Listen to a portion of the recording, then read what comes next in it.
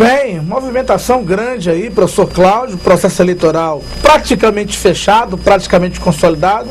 Muita surpresa? Boa noite. Boa noite nossos espectadores.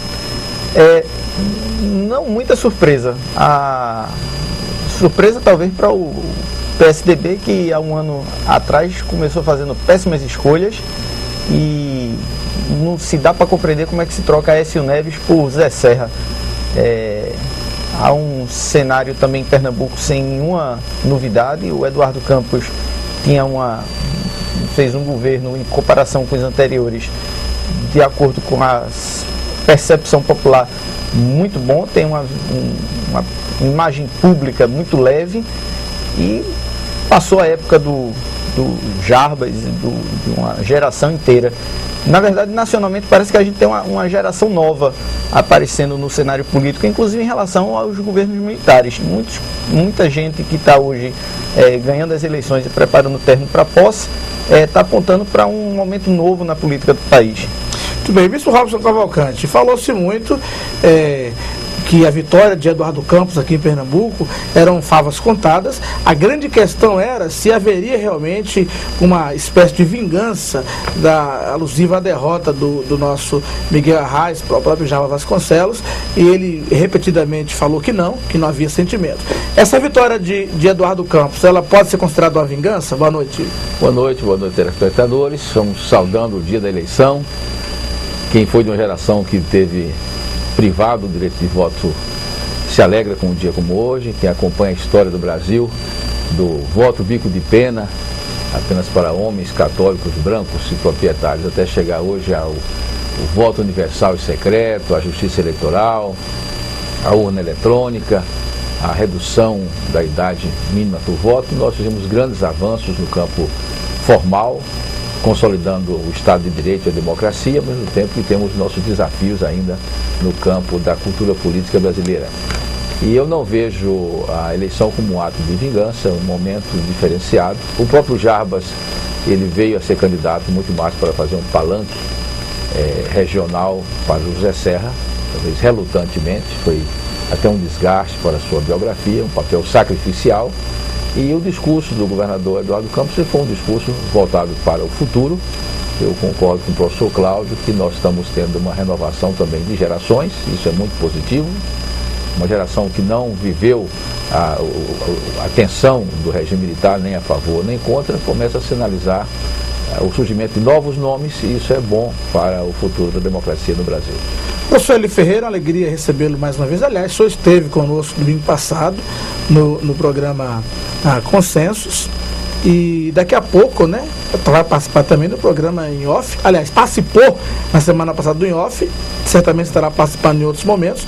Mas quando a gente pensa ainda nessa questão da eleição do nosso Eduardo Campos, reeleição do Eduardo Campos, a gente pensa, por exemplo, o que acontece numa eleição dessa natureza, quando você parte do princípio de que a vitória eram favas contadas? Qual a motivação da oposição? Como é que fica desenhada a oposição em Pernambuco? Boa noite. Boa noite, pastor Roberval, boa noite os componentes aqui do debate e os telespectadores. Primeiro, eu entendo de que a vitória de Eduardo Campos não significa uma rejeição da população, do eleitorado, ao ex-governador Jarbas Vasconcelos, não. O que eu entendo é que a população quer dar oportunidade a Eduardo de mais 4 anos, como deu a Jarbas Vasconcelos. Se um governador, como Jarbas Vasconcelos, saiu bem avaliado, então por pouco tempo ele não vai ser desacreditado pelo eleitor. Eu entendo que a reeleição de Eduardo Campos é apenas uma oportunidade, a população quer de mais 4 anos a ele. O sinal que aprovou o governo dele. Não é um sinal de desaprovação. Jarbas tem sobrevivido, então? Com certeza. Mas quer dar a ele a mesma oportunidade que foi dada a Jarbas de 8 anos. Eu vejo assim, eu não aceito que o trágico a situação do ex-governador Jarbas Vasconcelos. Pelo contrário, acho que ele veio para o sacrifício, como disse o bispo Robson Cavalcante, ele sabia as dificuldades, sabia muito bem que a sua campanha era praticamente para fortalecer a campanha do Zé Serra no Nordeste, mas a reeleição de Eduardo Campos significa que a população aprova a sua administração e quer dar mais 4 anos a ele, como deu a Jarbas Vasconcelos. E o Senado, professor Cláudio, o senhor ficou surpreso com o resultado? Teve gente grande aí que ficou fora, viu? Veja, A gente teve um debate muito intenso durante o período eleitoral sobre o papel que as oposições teriam ou não no futuro Senado do próximo ano. Você tem um negócio interessante na eleição do Senado, é que a gente renova 1/3 da casa num momento e 2/3 no outro.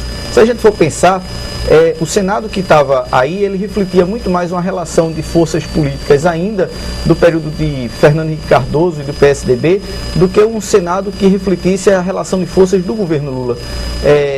A renovação que está se dando agora no Senado brasileiro, de uma forma geral, com vitória de inúmeros candidatos que apoiam a chapa governista, era esperado, porque ele a substituição de candidatos que foram eleitos há 8 anos, quer dizer, há uma década atrás quase, no momento em que a relação de forças entre PT e PSDB estava muito mais favorável ao PSDB. A eleição de muitos candidatos aqui em Pernambuco, no Nordeste, no Brasil inteiro, vinculados, aliados de alguma maneira, vários estados, quase todos os candidatos estavam apoiando a chapa petista do PT e do PMDB, reflete muito mais essa relação de forças contemporânea, agora do presente, do que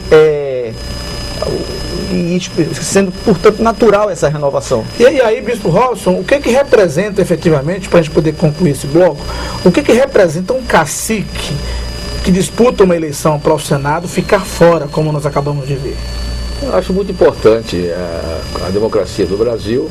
Ela tem que avançar ainda muito no sentido de fortalecer partidos, temos que ter uma reforma partidária, ter clareza programática, clareza ideológica e reduzir a figura dos líderes carismáticos, dos caciques, de modo que quanto mais grupo, quanto mais proposta coletiva, quanto mais proposta de ideias e menos propostas individuais, isso aí é um avanço para a democracia, e todo cacique tem um direito a um merecido repouso e uma merecida aposentadoria.